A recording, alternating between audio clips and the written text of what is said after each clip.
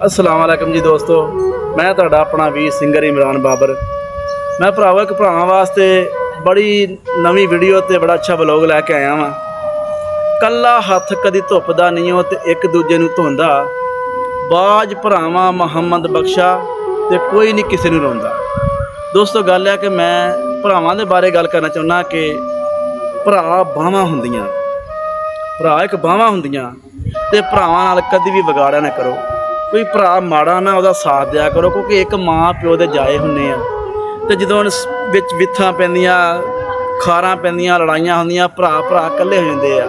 उही भरा एक माँ दे एक प्यो दे ढिड्डों जम्मे हुंदे आ ते उही भरा हुंदे कल्ले कल्ले हो के जिंदगी गुजार जांदे आ।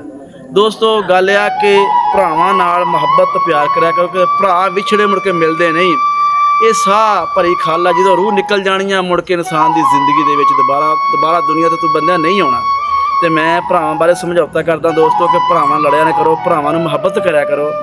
भरा एक बहुत प्यारे बहुत अच्छे रिश्ते हुंदे ने ते भैणां भी एक बहुत प्यारे तो अच्छे रिश्ते हुंदे ने। भैणां भरावां नाल इंतहा प्यार करिया करो। अगर कोई भैण भरा गलती कर लेना दोस्तों तो उहदी गलती सुधारा ना करो, उहदी गलती नूं समझा के उहदी गलती नूं दिल च ना लाया करो, उहनूं समझाया करो तुहाडा वीर है। तो भरावो गल ये आ कि भरावां वास्ते बहुत अहम एक ब्लॉग बनाया वा ते भरावां नूं सीने ला के घुट के जफ्फी पाया करो। भरावां चों ठंड जिहड़ी पैंदी है किस्में किसे चों नहीं ठंड पैंदी।